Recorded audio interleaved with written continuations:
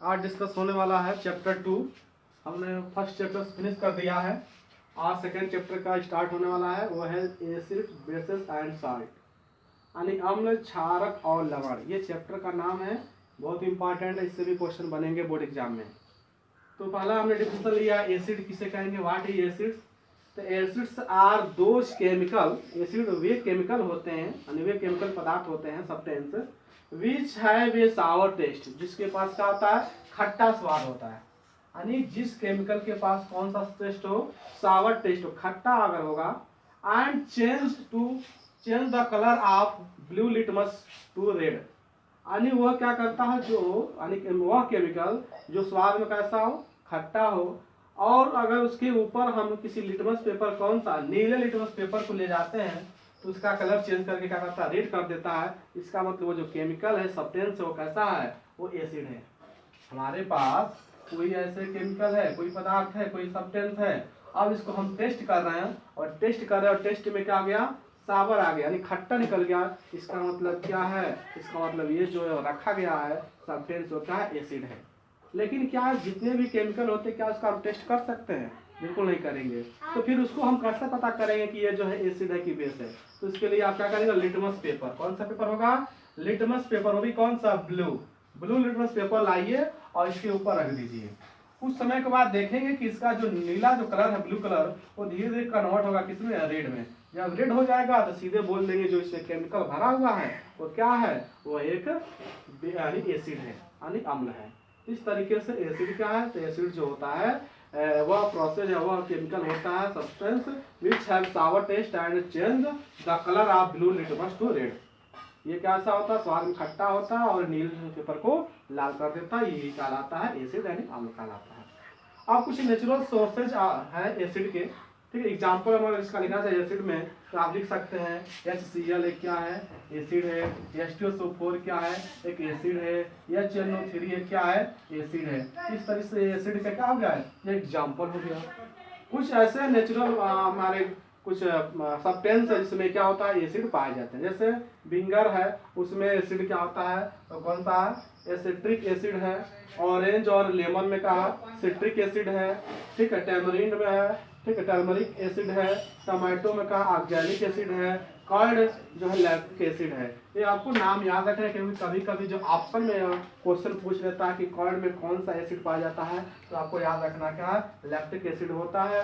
Tomato में कौन सा होता है, तो आप बताएंगे ऑक्सैलिक एसिड होता है। इस तरीके के कुछ ऐसे नेचुरल आपके क्या है सोर्सेज हैं जिसमें हमारे एसिड पाए जाते हैं। उसके बाद जो है आपको इम्पोर्टेंट हो जाता है, यानी जब भी एग्जाम में आएगा एसिड, व्हाट इज एसिड, तो एसिड का डिफिनेशन लिखेंगे और बहुत करेगा उसमें क्वेश्चन पूछ देगा आपको। तो इसका केमिकल रिएक्शन पूछता है कि केमिकल रिएक्शन क्या होगा, प्रॉपर्टीज क्या होगा, किसका, एसिड का। तो एसिड का जो है हम लोग पढ़ेंगे केमिकल प्रॉपर्टीज, यानी रासायनिक गुणधर्म क्या होते हैं, एसिड का रासायनिक गुणधर्म क्या होते हैं, याद रखिएगा। तो chemical properties of acid, acid का केमिकल प्रॉपर्टीज क्या है, तो पहला आप पढ़ेंगे reaction with metal, reaction with metal. तो अगर कोई आपका जैसे HCl एक क्या है, एक HCl आपका एसिड है। अब इसको हम क्या कर रहे हैं, किसी मेटल से, कोई मानते हैं कि सोडियम, सोडियम हो गया Na, अगर इसको हमने क्या किया, HCl से क्रिया करा दिया, रिएक्शन करा दिया, ये दोनों मिलेंगे, क्योंकि प्लस होता है ये माइनस, ये मिलेंगे तो क्या हो जाएगा, NaCl और प्लस क्या निकलेगा, H हमेशा निकलेगा, तो H2 निकलेगा, यानी गैस। यानी बोल सकते हैं कि जब किसी भी क्या एसिड को किसी भी मेटल के साथ रिएक्ट कराते हैं तो हमेशा ये क्या बना, ये साइड क्या बनता है, साइड और प्लस का निकलता है, हाइड्रोजन गैस निकलता है। जब भी आप किसी भी एसिड को किसी भी ठीक मेटल के साथ रिएक्ट कराते हैं तो हमेशा आपको क्या प्राप्त होने वाला है, हमेशा आपको साल्ट और हाइड्रोजन गैस प्राप्त होने। जैसे मान लीजिए H2SO4 है, इसको हमने क्या किया, Fe लोहा, ठीक है, आयरन से हमने क्या किया, रिएक्ट करा दिया, तो यहाँ बनेगा FeSO4 फेरस सल्फेट प्लस का निकल जाएगा H2 गैस। इसका मतलब ये भी क्या, एक साल्ट है, ये भी क्या है, साल्ट और प्लस का निकल गया, हाइड्रोजन गैस मिल गया। तो जब भी आप किसी भी एसिड से किसी मेटल से क्रिया कराएंगे, रिएक्ट कराएंगे, तो हमेशा साल्ट और क्या मिलने वाला है, हाइड्रोजन गैस मिलने वाला है, ये आपको लिखना है। ये फर्स्ट प्रॉपर्टीज था किसका, एसिड का। सेकेंड प्रॉपर्टीज क्या है, तो रिएक्शन विथ मेटल ऑक्साइड। अब क्या करना है, रिएक्शन किसके साथ, मेटल ऑक्साइड। तो मेटल ऑक्साइड का मतलब जैसे कहने मतलब मेटल होगा, जैसे मेटल में मानते हैं कि सोडियम ले लीजिए, ठीक है, Na2 और ये मेटल ऑक्साइड हो गया, ये धातु है और क्या ऑक्सीजन से वर्क करेगा तो ऑक्साइड, मेटल ऑक्साइड हो गया। अब इसको P प्लस लिखेंगे, प्लस यह Cl हमारा क्या है, एक एसिड है। तो हम एसिड का क्या पढ़ रहे हैं, केमिकल प्रॉपर्टीज पढ़ रहे हैं। तो फर्स्ट होता है कि मेटल के साथ रिएक्शन क्या होगा, अब मेटल ऑक्साइड, ये क्या है, मेटल ऑक्साइड और किससे रिएक्ट होगा, रिएक्ट, ये होगा आपका एक Cl क्या है, एसिड है। अब इसको करिए रिएक्ट, ये दोनों लड़ जाएंगे यानी मिल जाएंगे तो क्या देगा, NaCl और प्लस ये दोनों जब रिएक्ट होंगे तो हमेशा क्या बनेगा, वाटर, क्या बनेगा, वाटर। तो इसमें भी क्या हो गया, ये साल्ट हो गया, साल्ट और प्लस क्या मिल गया, वाटर मिल गया। यानी कभी भी किसी भी, ठीक है, मेटल ऑक्साइड को किसी भी एसिड से क्रिया कराएंगे, रिएक्ट कराएंगे तो हमेशा साल्ट प्लस क्या मिलता है, वाटर मिलता है।